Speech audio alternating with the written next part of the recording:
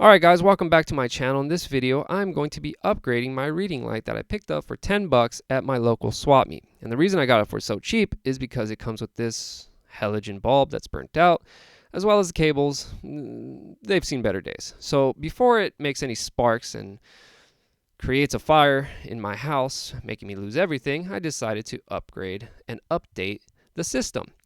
And believe it or not, the halogen light is sufficient enough for my reading purposes, but the LED kit, it comes with 2000 lumens and the ability to adjust via the dimmer switch.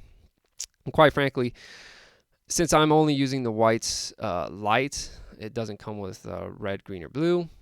It doesn't come with a wireless remote, which is a huge plus because I would have lost that anyways. And the only issue I had with the kit was that the extension or the cables weren't long enough, so I had to use an extension. But apart from that, everything else was easy going. So obviously the first step I got to do is take everything apart. And believe it or not, it had way more parts than I thought it would have. This thing is probably 20, maybe 25 years old. So yeah, there's a lot of capacitors. There's a lot of old school technology in there that quite frankly, I didn't need anymore because I was getting rid of it. And I'm actually going to be redirecting the light so I could stand it up vertically. So in the future, I could use it for any video purposes or any lighting purposes for the videos.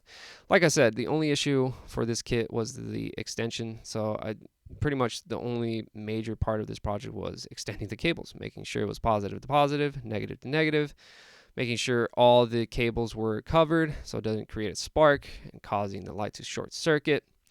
And once I had all of the extensions in place, the last part of this part of the project was to actually place the cables where they're supposed to go.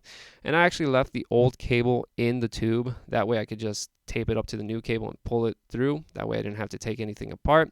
Makes it way more easier, makes it more efficient.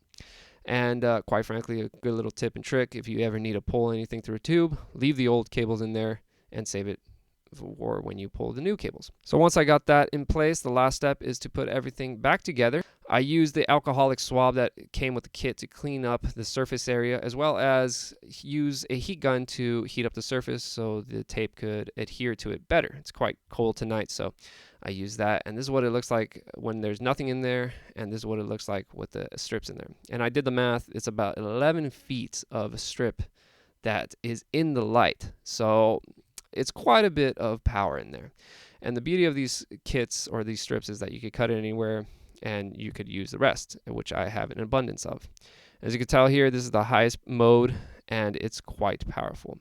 Not only that, but it looks awesome. I love mid-century furniture, and this one was a huge plus, an addition to my collection.